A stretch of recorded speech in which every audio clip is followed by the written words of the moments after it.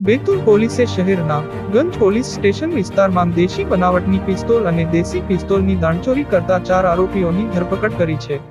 આરોપીઓ પાસેથી 3 દેશી બનાવટની પિસ્તોલ, 1 પિસ્તોલ અને 1 કારતૂસ મળી આવ્યા છે।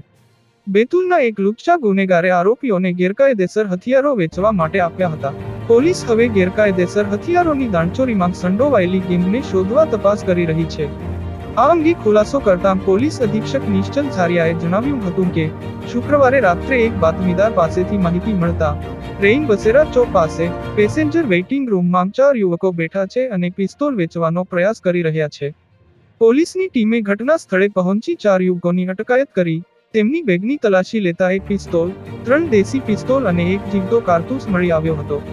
પૂછપરછ દરમિયાન તેઓએ પોતાના નામ રાહુલ, પિતા દીપક રાયકવાર મરાઠી મહોલ્લા બેતુલ, દીપેન્દ્ર ઉર્ફે સરકાર, પિતા સંતોષ હરોડે હમલાપુર બેતુલ, આશીષ પિતા ગુડ્ડુ યાદવ અને ભાવેશ પિતા પંજાબરાવ ધોટે હોવાનું જણાવ્યું હતું।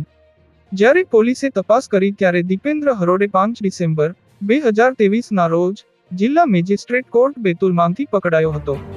તેની 1 વર્ષ માટે જિલ્લા બદલ કરવામાં આવી હતી। તે જિલ્લા બદર આદેશનું ઉલ્લંઘન કરતો જોવા મળ્યો હતો। આના પર મધ્યપ્રદેશ રાજ્ય સુરક્ષા કાયદાની કલમ 14 હેઠળ કાર્યવાહી કરવામાં આવી હતી।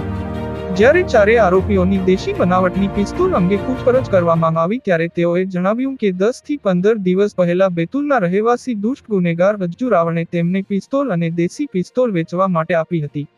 પોલીસ અધિક્ષકે કહ્યું કે ગેરકાયદેસર હથિયાર ખરગોનથી બેતુલ લાવવામાં આવી રહ્યા છે અને મહારાષ્ટ્રમાં વેચવામાં આવી રહ્યા છે। હાલ પોલીસને 2 જિલ્લામાં હથિયારોના વેચાણની માહિતી મળી છે।